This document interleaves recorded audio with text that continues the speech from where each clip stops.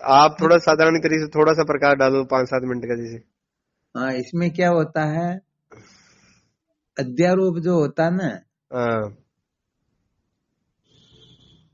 अध्यारोप अपने को या तो किसी जगह जुड़ाने के लिए होता है या किसी जगह से हटाने के लिए होता है। अच्छा। दृष्टांत के रूप में समझ सकते हैं, जैसे बच्चे को स्कूल पढ़ने भेजना है, हम्म। तो उनको कहते हुए देखो तुम्हारे को चॉकलेट देंगे, चढ़ा। अच्छा हाँ। तुम्हारे को ऐसा देंगे वैसा देंगे, गाड़ी दिलवा देंगे, खिलौने दिलवा देंगे, पता नहीं क्या क्या करते हैं, हाँ। और तुम्हारे को स्कूल में ऐसा रखेंगे वैसा रखेंगे। ये जितना भी कथन किया गया इसी का नाम अध्यारोप है। तो अच्छा। माता पिता का तात्पर्य चॉकलेट देने में थोड़ी है क्या, नहीं। वास्तव में उनका परम तात्पर्य है भाई ये बच्चा किसी न किसी प्रकार से पढ़ जाए। सही है। तो पढ़ाने के लिए जितना भी कथन किया गया इसी कथन को कहते हैं अध्यारोप। तो देखो किसी जगह जुड़ाने के लिए चाहे झूठ मूठी चर्चा क्यों ना हो, हम्म।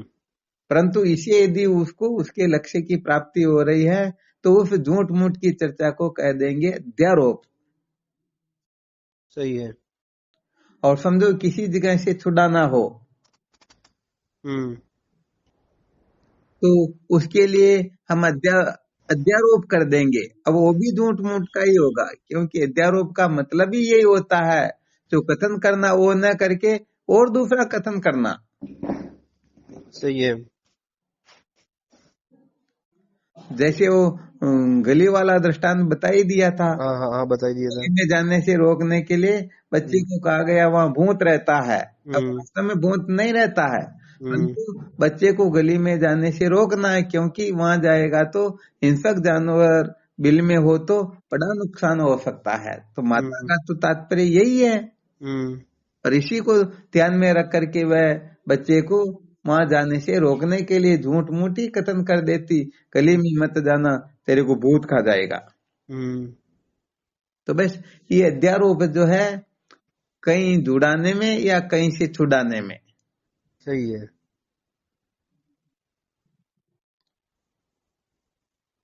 तो शास्त्रों के अंतर्गत जीव मात्र को अविद्या के बंधन से मुक्त होने के लिए ही प्रेरित किया गया, अर्थात सदा सदा के लिए ये सत्य का साक्षात्कार करके अपने जीवन को धन्य बना ले। परंतु सत्य के साक्षात्कार के लिए जो जो योग्यताएं चाहिए वह योग्यता होगी नहीं तो सत्य का साक्षात्कार कर नहीं पाएंगे। सही है।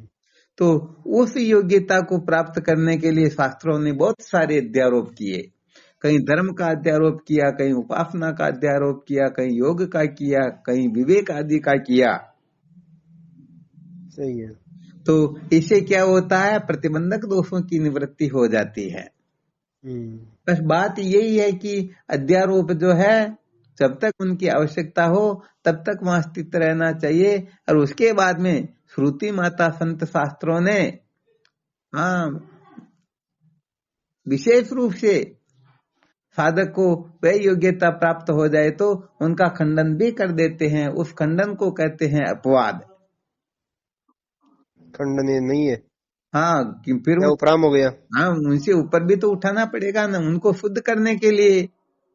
उनको छोड़ दिया गया, उपराम हो गया। बच्चे को गली में जाने से रोकने के लिए भूत का वर्णन किया, और हम्म। जब बच्चा योग्य हो गया अब गली में हाथ नहीं डालेगा, शैतानी नहीं करेगा, फालतू की जो उनकी उच्छृंखलताएं हैं शांत हो गई, तो फिर माँ कहेगी बेटे गली में जाकर के फलानी वस्तु लेकर आओ। हम्म। तो वह कहता माँ वहां पर तो भूत रहता है। माँ हम्म। कह देती बेटे नहीं नहीं कोई भूत नहीं रहता, मैंने तो ऐसे ही झूठ मूठ में तेरे को डराने के लिए भूत का अध्यारोप किया, भूत का कथन किया ताकि तू गली में जाकर शैतानी न करे, हम्म। दिलों में हाथ न डाले। अब हम्म। तू समझदार हो गया, योग्य हो गया, अब तू रहस्य को समझने वाला हो गया, तो अब तेरे को सत्य बता देते हैं। हम्म। तो ये अध्यारोप अपवाद जो है इस प्रकार से सार्थक हो जाते हैं। तो जीवन में अध्यारोप की भी आवश्यकता होती है और अपवाद की भी होती हैं। सही है। छत पर चढ़ रहे हैं तो प्रथम सीढ़ी पर पैर नहीं रखेंगे तो छत पर चढ़ सकते हैं क्या? नहीं। परंतु पहली सीढ़ी पर पैर रख करके वहीं अटक जाएं तो छत पर पहुंचेंगे क्या? नहीं। तो पैर को रखना इसका नाम अध्यारोप है, और वहां से पैर को उठाना ये अपवाद है। सही है। तो ये अध्यारोप अपवाद जो है प्रत्येक जीव मात्र के लिए आवश्यक होते हैं, क्योंकि अध्यारोप अपवादाभ्याम निष्प्रपंचम प्रपंच्यते, अध्यारोप अपवाद न्याय से ही आत्म तत्व का साक्षात्कार होता है। सही है। पानी में गिर गए तो पहले तैरना पड़ेगा, ये अध्यारोप हो गया। तैरने का त्याग कर दिया, ये अपवाद हो गया। परंतु चट्टान को पकड़ लिया सही है। तो तैरने की आवश्यकता हो तब तक तैरो, और चट्टान मिल जाए तो तैरने का त्याग कर दो। सही है। रसा ना आए तब तक चट्टान पर बैठे रहो, और रसा आ जाए तो इस चट्टान का भी अपवाद कर दो, अर्थात इसका त्याग कर दो। सही है। तो बस जीवन में अधर्म, वासना, विक्षेप आदि के होने से ही धर्म उपासना योग की आवश्यकता होती है। जिनके जीवन से अधर्म, वासना, विक्षेप निकल गए उनको तो ब्रह्म विचार ही करना है। यदि वो यहाँ अटके रह जाएंगे तो उनको स्वर्ग आदि लोकों की प्राप्ति तो हो सकती है, परंतु जीवन सार्थक थोड़े हो सकता। फिर आना जाना रहेगा। फिर आना जाना रहेगा ही रहेगा। सही है। ये विशेष बात है। चीना पूरा सीख जाना चाहिए। हाँ, बस बस अच्छी तरह से रहस्य समझ में आ जाना चाहिए। रहस्य अच्छी तरह से समझ में आ गया तो समझो जीवन सार्थक हो जाएगा। सही बात है। तो वेदांत के अंतर्गत अनेक प्रकार की युक्तियां प्रसिद्ध है अपने स्वरूप के साक्षात्कार के लिए। इस अविद्या के बंधन से छुटकारा प्राप्त करने के लिए उनमें अनेक युक्तियां हैं। उनमें से एक ये युक्ति अध्यारोप अपवाद न्याय भी प्रसिद्ध है। इसका मतलब ये नहीं कि दूसरी युक्तियों से हमें विद्या के बंधन से छुटकारा नहीं मिलेगा। ये तो साधकों की स्वयं की समझ से आप किस युक्ति का आश्रय लेकर के सत्य का साक्षात्कार कर सकते हो। भगवान सुरेश्वराचार्य जी महाराज वार्तिक में लिखते हैं, ये भवित पुषाम व्युत्पत्ति प्रत्यगात्मनि सासे प्रक्रिया साधु साचे व्यवस्थिति। जिस प्रक्रिया से आत्मा व ब्रह्म के एकत्व का बोध हो वही प्रक्रिया उस साधक के लिए श्रेष्ठ है, वही उत्तम है, और यही हमारे संत शास्त्रों की व्यवस्था है।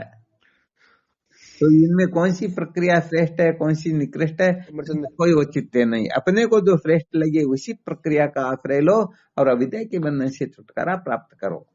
मूल बात है अविद्या के बंधन से छुटकारा। सही बात। हम सचमुच में इस जगह पर खरे उतरते हैं या नहीं उतरते हैं, बस। तो अपने जीवन का वास्तविक लक्ष्य निर्धारित कर लेना चाहिए। मुझे इसी जीवन में आत्मलाभ प्राप्त करना है, सत्य का साक्षात्कार करना है।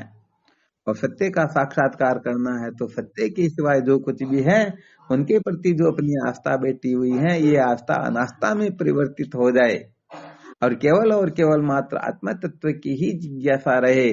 समझो सचमुच में वह साधक अविद्या के बंधन से छुटकारे की ओर पूर्ण रूप से प्रवृत्त हो चुका है। बिल्कुल सही बात है। तो अपने जीवन को व्यर्थ अनात्म प्रपंच में बर्बाद न करके इन किन प्रकारेण आत्म साक्षात्कार के लिए सदा सर्वदा तत्पर रहना चाहिए। सदैव पुरुषार्थ करता रहना, पुरुषार्थ करते रहना ही चाहिए। अब इसमें जैसे कि आता है ना कि दो सत्ता है। बिल्कुल ठीक है। एक तो व्यवहारिक सत्ता और एक पारमार्थिक सत्ता। ठीक बात है। अब जो मन में जो विचार आ रहे हैं, मन का खाना क्या है? मेरा तो मानना है कि मन का खाना ही विचार है। हाँ, बहुत अच्छी बात है। मन में बार बार विचार आना ही खाना, यही खाना है। मन में विचार आएंगे। विचार अब इसमें विचार में नहीं आते, बुद्धि में आते हैं। तो हाँ, बुद्धि में, मन में तो भावनाएं होती हैं। हाँ, अब तो बुद्धि में आ रहे हैं तो इसमें अपने को ये देखना कि व्यवहार सत्ता की कितने आ रहे हैं और पारमार्थिक सत्ता की कितने आ रहे हैं। हाँ, क्या बहुत धन्यवाद। ये समझो एक प्रकार से विवेक वृत्ति जागृत होती है, तब इस प्रकार की अपने में इस प्रकार की विकल्प उपस्थित होने लगते हैं कि हमारे में जो विचार उदय हो रहे हैं ये विचार बंधन के लिए है या मुक्ति के लिए। अर्थात ये बांधने के लिए है या छुड़ाने के लिए, ये संसार को महत्वपूर्ण बताते हैं अथवा भगवत तत्व की प्राप्ति को महत्वपूर्ण बताते हैं। तो खूब विचार करना चाहिए कि ये विचार अपने को अनात्म प्रपंच की ओर उलझाने वाले हैं या भगवत प्राप्ति की ओर ले जाने वाले हैं, ये बहुत अच्छी तरह से समझना चाहिए। बिल्कुल सही बता रहे हो। 50-50% होता तब तक तो समझो अभी तक हम बराबर हुए, और 50 से थोड़ा भी बढ़ गया तो समझो अब हम इस ओर प्रवृत्त हो गए। बिल्कुल सही है।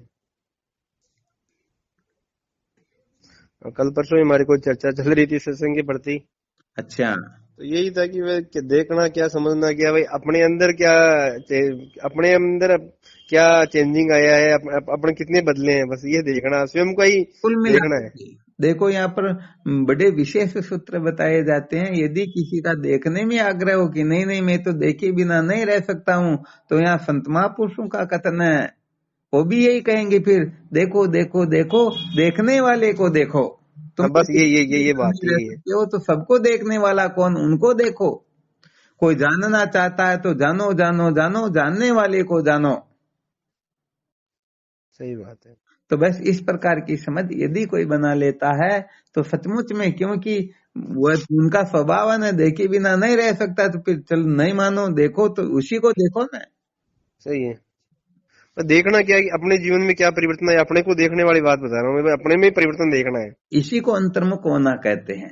यदि इस भाई जो प्रकार देखना देखना किसको, अपने जीवन में क्या परिवर्तन आया है, बस, अपन जब पहले थे वही है या अब कुछ फर्क है। बहुत बहुत अच्छी बात है। हम्म। इसका तो वैसे देखा जाए तो कम से कम जीवन में एक बार तो मूल्यांकन करना ही चाहिए। यदि थोड़ा और उच्च कोटि का साधक है तो प्रत्येक वर्ष में एक बार मूल्यांकन करना चाहिए, और थोड़ा विशेष है तो प्रति माह में एक बार मूल्यांकन करना चाहिए, और विशेष है तो प्रतिदिन इसका मूल्यांकन करना चाहिए, और विशेष है तो प्रत्येक घंटे में, और विशेष है तो प्रत्येक मिनट में, प्रत्येक सेकंड में, प्रत्येक क्षण में जो मूल्यांकन करता है, समझो सचमुच में वही सच्चा साधक होता है। सही बात है। तो सदा सर्वदा हाँ मूल्यांकन होते रहना चाहिए कि हम सचमुच में इस तरफ जा रहे हैं या इस तरफ जा रहे हैं। वरना ध्यान नहीं देंगे तो वो बड़ा गड़बड़ घोटाला हो ही जाएगा। फिर वो एक किसी बढ़िया को परास्त करने के लिए किसी के पास पैसों की कमी नहीं थी, तो देखा इसको हमें थकाना है, इसकी दुकान को बंद करवाना है, तो वह भी उनके सामने दुकान लगा लेता है हम्म। और 10-20 लाख रुपए का कपड़ा ला करके डाल देता। पैसों की तो उसके पास में कमी थी नहीं। हम्म। अब बाहर ही लिखा दिया जिनको जो चाहिए वो ले जा सकते, पैसे जब हो आते रहेंगे, कोई दिक्कत की बात नहीं है। हम्म। तो हमेशा उस बढ़िया की लाइन लगी रहती थी। आज बढ़िया की लाइन तो बहुत दूर की बात, कोई एक व्यक्ति भी पहुंचने नहीं जा रहा, और सारे उनके वहां बड़ी लाइन लगी हुई है। और कहने का मतलब सामान जितना भी था, समझो 1 लाख रुपए का सामान बचा, बाकी 9 लाख रुपए का सामान तो बिक ही गया। हम्म। और उधर उस सेठ के पूरे समय वो वहीं बैठा रहा, परंतु समझो वहां पर 500 रुपए की बिक्री हुई, केवल उनके 500 रुपए की बिक्री हुई और उनके 9 लाख की बिक्री हो गई। अब फायदे में कौन दिख रहा? वैसे देखा जाए तो वो ये जो 500 वाला ही भाई माल तो पड़ा है, वो तो देंगे थोड़ी, जो ऐसे ही ले गए जो। हाँ नहीं, इनको पहले सिद्ध करके बताते हैं। तो वैसे देखा जाए तो जिन्होंने 9 लाख रुपए का माल बेचा फायदे में, तो वो दिख रहा ना। हाँ। तो सेठ जी के पास में जाकर के कहने लगता है, सेठ जी आज तो आराम से आपका दिन निकला होगा, आज तो कोई दिक्कत नहीं हुई होगी। आज तो कहने का मतलब मैं मालूम माल हो गया, और आप तो ऐसे ही मक्खियां उड़ा रहे थे। हम्म। सेठ जी ने कहा, भाई नहीं ऐसी बात तो बिल्कुल नहीं है, मैं मक्खियां क्यों उड़ाऊं, मक्खियां तो तुझे उड़ानी होगी। हाँ। अरे आपके तो 500 रुपए का माल बिका, मेरे पास में तो मैंने तो 9 लाख रुपए का माल बेच दिया। तो हाँ। सेठ जी कहने लगते हैं, भाई मेरे यहाँ पर 1 लाख रुपए का माल भरा हुआ था। हाँ। कितने का? 1 लाख का। तो इसमें से 99,000 और 9। 500 रुपए के कपड़े मेरे पास बचे हुए हैं, और 500 रुपए मेरे गले में पड़े हुए हैं। अब हाँ, बता तेरे क्या हाल चाल है। तो कहा मैंने 10 लाख रुपए का माल डलवाया, 1 लाख का माल पड़ा हुआ है, 9 लाख का बिक गया। अच्छा गले में जाकर के देखो कितना क्या है, 1 पैसा भी नहीं है। अब बताओ जीत में कौन है। वही है जीत में तो। तो ऐसे अपने को फिर मंथन करना होता है कि वास्तव में हम निकृष्टता की ओर जा रहे हैं या श्रेष्ठता की ओर जा रहे हैं, उत्थान की ओर जा रहे हैं या पतन की ओर जा रहे हैं, बंधन की ओर जा रहे हैं या छुटकारे की ओर जा रहे हैं। इसको खूब अच्छी तरह से समझना चाहिए। सही बात है।